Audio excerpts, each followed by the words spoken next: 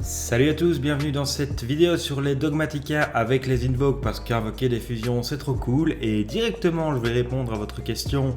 Est-ce que c'est intéressant de jouer le package Dragoon dans Dogmatica? Non! C'est de la merde! Alors, vous allez peut-être me demander pourquoi, je vais vous dire ça très simplement. Il y a des gens qui ont testé, j'ai testé moi-même aussi bien sûr. Si vous invoquez un monstre qui vous empêche d'invoquer spécialement tous vos monstres Dogmatica et que de l'autre côté vous invoquez des monstres Dogmatica qui vous empêchent d'invoquer de votre extra deck, il y a un petit problème dans l'équation. Donc vous vous bloquez d'un côté avec l'autre. Bref, ne jouez pas ça. Donc aujourd'hui je vais vous présenter un deck profile méta qui va vraiment vous faire gagner des games très facilement. Vous allez set votre board et vous allez généralement gagner très rapidement. C'est vraiment un deck ultra compétitif, très amusant à jouer et extrêmement fort. Et voilà pour ce deck profile Dogmatica, c'est parti avec pour commencer la pièce maîtresse Ecclesia. Ecclesia qui vous permet de tuto une carte Dogmatica, n'importe laquelle. Mais lorsque vous faites ça, vous ne pouvez plus invoquer de l'extra deck. Vous pouvez également l'invoquer depuis votre main s'il y a un monstre de l'extra deck sur le terrain. C'est également le cas de Fleur de Lys, donc vous pouvez l'invoquer s'il y a un monstre de l'extra sur le terrain. Et en plus, si vous contrôlez un autre Dogmatica comme par exemple Ecclesia, donc vous pouvez l'invoquer en effet rapide, Fleur de Lys.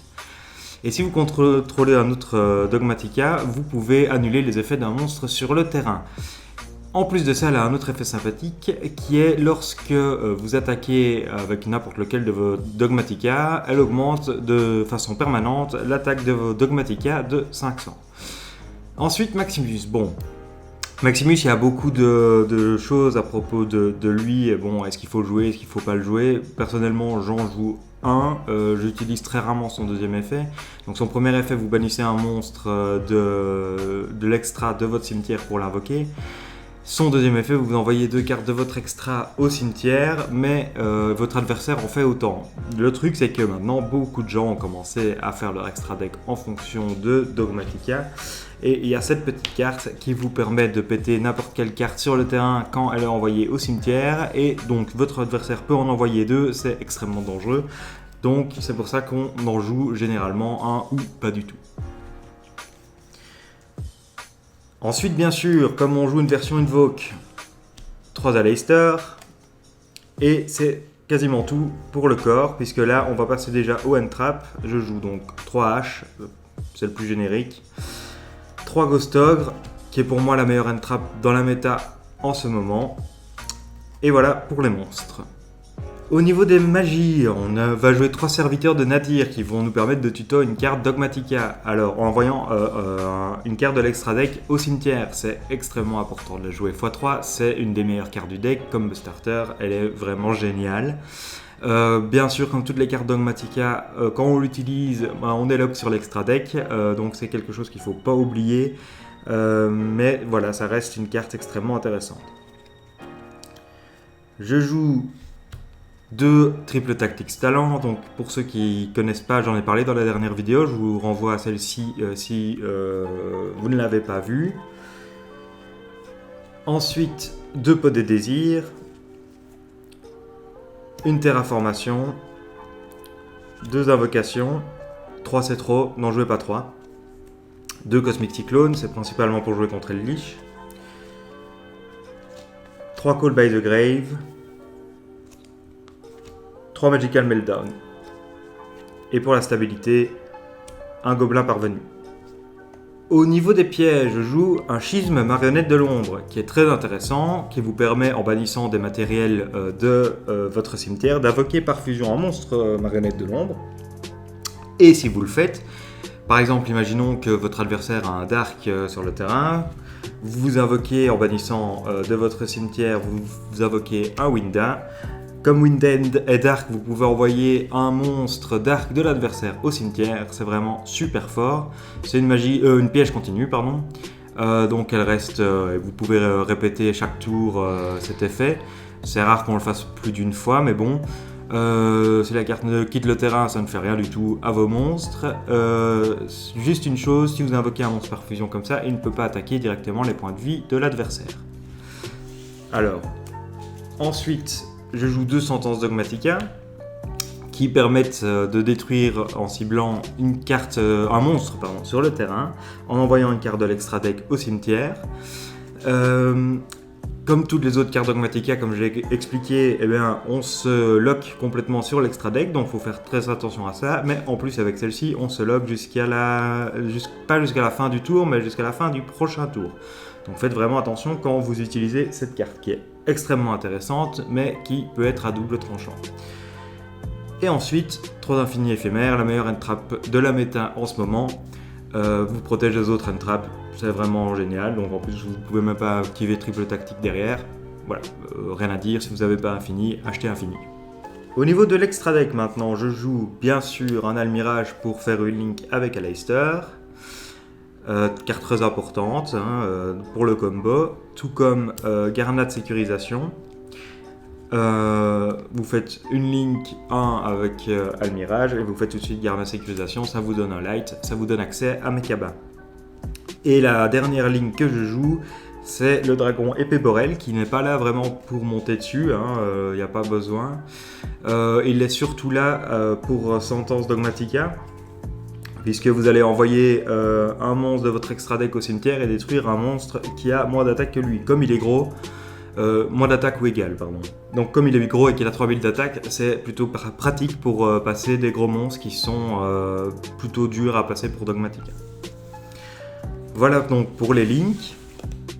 On passe donc aux fusions avec deux anciennes entités qui sont toujours utiles à envoyer, que ce soit avec Sentence. Donc imaginez, vous avez un monstre à 2500 d'attaque en face. Vous activez Sentence, vous envoyez entité au cimetière, vous détruisez le monstre en face, ensuite vous avez l'effet entité, vous pouvez péter une carte en plus sur le terrain. C'est vraiment très très bon. Donc les deux anciennes entités, les deux Titaniclades, qu'on n'invoque pas non plus, c'est des monstres qui sont exclusivement faits pour être envoyés au cimetière pour pouvoir tuto des cartes Dogmatica ici. En NFA, donc vous pouvez soit spé un Dogmatica, soit l'ajouter à votre main, mais je vous montrerai ça dans la partie combo. Ensuite, je joue un Fossil Warrior qui a un certain intérêt, c'est comme ancienne entité en fait, sauf qu'il peut péter que les monstres, mais à la différence, c'est pas quand il est envoyé au cimetière, c'est pendant votre tour, vous pouvez le bannir de votre cimetière et péter un monstre sur le terrain. Donc, il y a un intérêt, bon, c'est pas obligé du tout de le jouer, mais voilà, moi je trouve ça quand même relativement intéressant. Ensuite, on va passer au Shadow. On joue un Apkallone qui nous sert exclusivement à tuto schisme, puisque quand il est envoyé au cimetière, vous pouvez aller récupérer une carte Shadow dans votre deck ou dans votre cimetière, donc c'est vraiment très pratique pour tuto schisme. On joue un Construct qui est assez utile aussi, on peut l'invoquer assez facilement, on a beaucoup de light. Et Winda qui va nous permettre de lock notre adversaire, mais je vous montrerai ça juste après. Ensuite, dans les Invoke, on va jouer Agoedes, je sais pas comment le dire, qui va nous permettre d'envoyer au cimetière un monstre qui a été invoqué spécialement, un Purgatrio, toujours très pratique pour clean des boards, et bien sûr, deux Mekaba.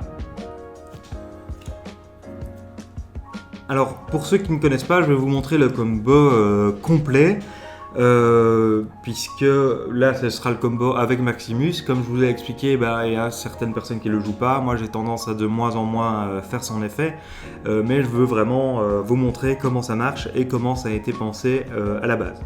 Donc on a besoin de deux cartes principalement, donc Aleister et Ecclesia qui sont assez faciles à tuto si jamais on a un Nadir derrière. Bon, le truc c'est qu'il faut toujours commencer avec Aleister, puisque comme je l'ai expliqué, une fois que vous commencez avec vos dogmas, c'est que vous ne pourrez plus invoquer de l'extra deck. Donc vous allez commencer par normal Aleister, faire son effet bien évidemment. Donc vous allez aller tuto invocation. Voilà. Vous avez invocation dans votre main. Ensuite, vous faites une link 1.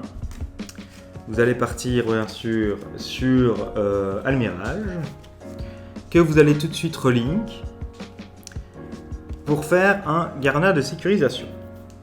Voilà, donc une fois que vous êtes là, vous pouvez activer Invocation. Vous allez utiliser votre monstre Light ainsi que Aleister et vous avez Mekaba. À partir d'ici, vous êtes protégé de Nibiru notamment. Vous pouvez faire l'effet Invocation, vous remélangez Invocation dans votre deck, vous prenez Aleister en main. Comme vous contrôlez un monstre de l'extra deck, vous allez pouvoir spé Ecclesia. Ecclesia ne peut pas être détruite en combat par les monstres de l'extra deck, j'ai oublié de le préciser. En général, on l'invoque en défense. Vous pouvez faire son effet, tuto. Vous allez récupérer Maximus. Maximus, pour pouvoir l'invoquer, vous allez devoir bannir un monstre de l'extra deck dans votre cimetière. Donc vous allez bannir Almirage, c'est le seul qui vous reste. Vous allez le spé. Les 3000 de défense est mis en def. Ensuite, vous allez déclarer son effet d'envoyer 2 au cimetière. N'oubliez pas, votre adversaire peut faire la même chose. Si vous n'êtes pas sûr de ce qu'il a et qu'il peut vous contrer, ne le faites pas. Mais ici, on va le faire. Pour vous montrer le combo, on va envoyer Apkallone et Titaniclad. En résolution, on va pouvoir déclarer l'effet d'Apkallone. On va aller tuto une carte. Bon, ici, on a normalement plus de cartes en main.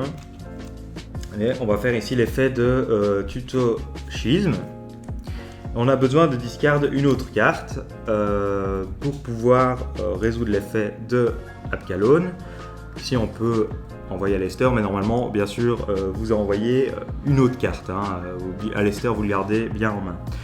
Donc ça maintenant on l'a en main. Vous pouvez set déclarer votre end phase. Vous avez l'effet de Titaniclad qui peut se déclarer, donc il ne faut pas oublier, c'est pas un effet obligatoire, donc si vous l'oubliez, tant pis pour vous. Vous allez faire effet Titaniclad et vous allez tuto Fleur de Lys.